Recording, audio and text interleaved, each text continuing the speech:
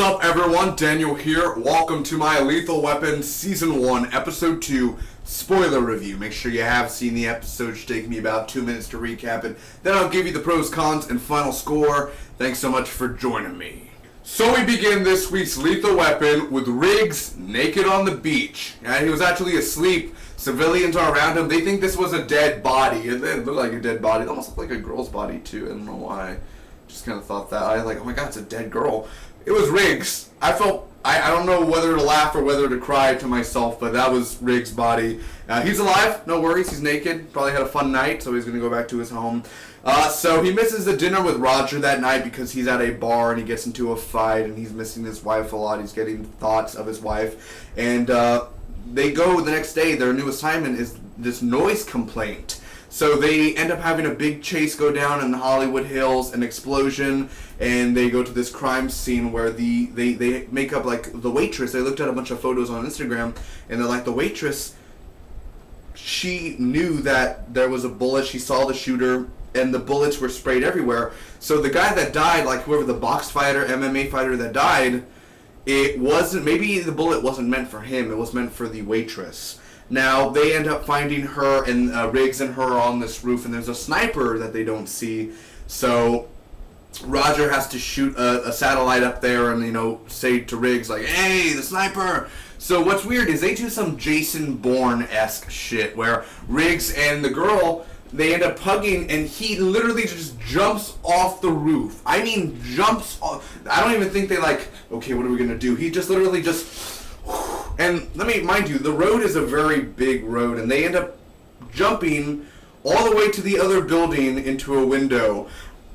It's a pro and a con. I don't believe that, but it's a badass thing at the same time. Do not try that if you're in Hollywood or anywhere from building to building to land in a window. You're not Jason Bourne as well.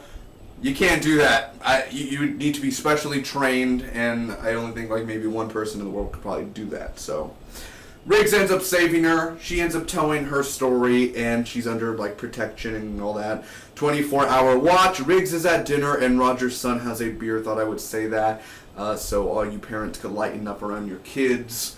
If they ask for a beer, just let them have one, so they don't be rebellious and everything, It's good. Usually the kids will respond like, it's so gross, and then you're like,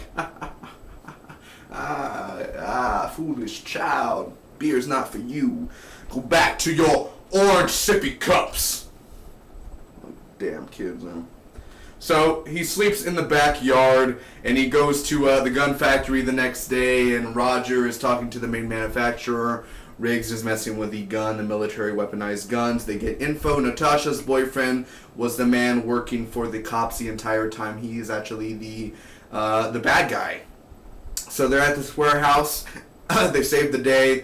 Fireworks. They go out for drinks at the end. Riggs and Rogers come home drunk and eat some ribs. And remember, Rogers got to watch the ribs. He's got to watch his heart. He's got to watch all the healthiness. And his wife ends up catching him. And she's like, no ribs! So Riggs ends up trying to get all the ribs and everything. He's like, man. She said no.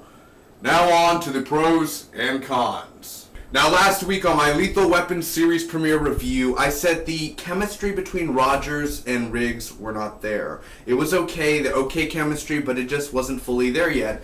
And remember, they shoot a pilot, then they get greenlit for a season, and then they go and shoot more episodes. So we're talking about weeks or months later until they film the second episode. That's why he has a mustache this time. Riggs has a different look to himself, because then by the time they film all this and they want to change up the character, they see what they can do right, they see what they did wrong, and the chemistry was fully there. It felt like the actors had more time to bond with each other, and it was more funny. Riggs was great this episode. Riggs had a lot of great scenes, especially that opening him drunk on the beach and they thought he was dead. Roger, again, the dinner scene in the premiere was one of my favorite scene out of the premiere. And again, one of my favorite scenes out of this episode was the dinner scene yet again. And, I should let him have a beer or whatever. And Roger's just like, no. And there's an emotional side to it, too, because remember, Riggs lost his wife. She was pregnant. And then Roger ends up learning about it. And then Roger's wife ends up learning about it. Because he found out, Riggs' wife died. But not only that, but Riggs' wife died while being pregnant. Now for me, this week's episode was way better than the series premiere. Not only was the opening funny, but the ending was funny as well, with them eating the ribs late at night. They're obviously drunk. They've been beaten up, and then the wife catches them eating ribs, and she's like, Roger, you know you're not supposed to be eating ribs. And he's like, oh, I'm good, honey. Like, shh, good night. Shut up, the kids are sleeping.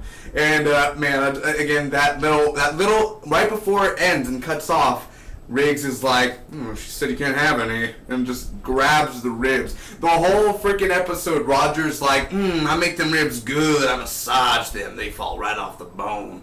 And then, like, at the end, he just can't even eat the ribs, thanks to his wife. And last but not least, for the pros, remember, I said it was a pro and a con when he ends up grabbing the girl Riggs and they jump from building to building. It's ridiculous, it's stupid, but at the same time, they did it. I mean, I don't know how. Obviously, they would have died. They would have fallen straight down because of gravity. They did not jump and, like, bend the knees. Yeah, like, they literally just were like, like you wouldn't have landed. And maybe it's a tall building, but look, tall building, the window.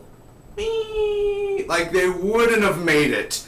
But still, it's an action show. I don't think it really... The Weapon was in the 80s and everything, and 90s, so it doesn't need to matter, honestly. It's a TV show. Why base it in reality? Now, I do have a few problems I have with this episode, such as the final action scene between the villain, which the villain, he needs to cut his hair. I've had hair like that before, where I feather it back, and it's just a big mop hair. Like, his hair is... He needs to really cut that shit down. Like, he has too much in the middle. It doesn't look good on him. The hair doesn't look great on that guy, for one thing. I'll just say that. The villain was weak. It was like, it's one of those, like, he was the villain the entire time, and he was listening in on their conversations. Like, we've seen that before. That's predictable. That was like... Oh, I didn't see it coming, but the thing is like, wow, they used that twist on us that he was the villain the entire... Because he's just a guy that's talking to the main captain, and, like, he shows up out of nowhere. Of course he would be the one guy that had a past relationship with this girl that he wants to kill. That's the first mistake. The villain is very weak. Second, the action is in a warehouse again. We just did a warehouse last week.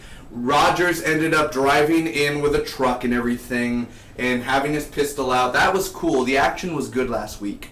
The action in here wasn't, it was more fun with Riggs and Rogers interacting with each other and interacting with other people. That was the best moments out of the episode, and the dinner scene and the opening and the ending. But the chase was fine. I thought the chase would have been better in the premiere, honestly. Better. The chase in this one was way better than the chase in the premiere. So episode 2, I gotta give props on that for the chase. But the action being in a warehouse again, sure, the fireworks and, the CGI effects of the fireworks weren't the best. And he's like, shoot straight ahead of you. He ends up missing the shot, but then he didn't because it lit the fuse and all that. Just the idea of it, like, the villain's weak and it being in a warehouse again, like, all the time. It almost feels like these are the only places that they could film, or like in warehouses and stuff. It was just a small containment. There wasn't really much movement into the action. They were behind cover and using military-grade weapons. You would think the military weapons that they're using would have shredded Riggs and Rogers to pieces, but it didn't. And last but not least, the building-to-building thing. It was ridiculous, but it was cool, and they executed it well enough alone. Now, that's it. I think that's the only 3 cons I really have. Other than that, the big stuff about this episode was the chemistry. It worked very well. The chemistry between Rogers and Riggs, and that's what really matters about this show, is the chemistry. And the forensic guy. Okay, I will say this. Last week, I went savage on the forensic guy with the afro, and that's so cliched. It's so cliched. But he was pretty savage in here. That's what the kids say. He was savage. He was good in here. The guy, the forensic guy, good add-on to this show. Let's hope he's more funny every single week, because if he has that same humor every week, I'll work with it. I'm gonna give Lethal Weapon Season 1, Episode 2 a B+. Thanks for watching, everyone. If you enjoyed, make sure to smack that like button. You can comment down below, tell me what you guys thought about the episode. Do you agree? Do you disagree? Share this review with your friends and hit that subscribe button for more awesome Lethal Weapon reviews weekly. Till next time, bye-bye.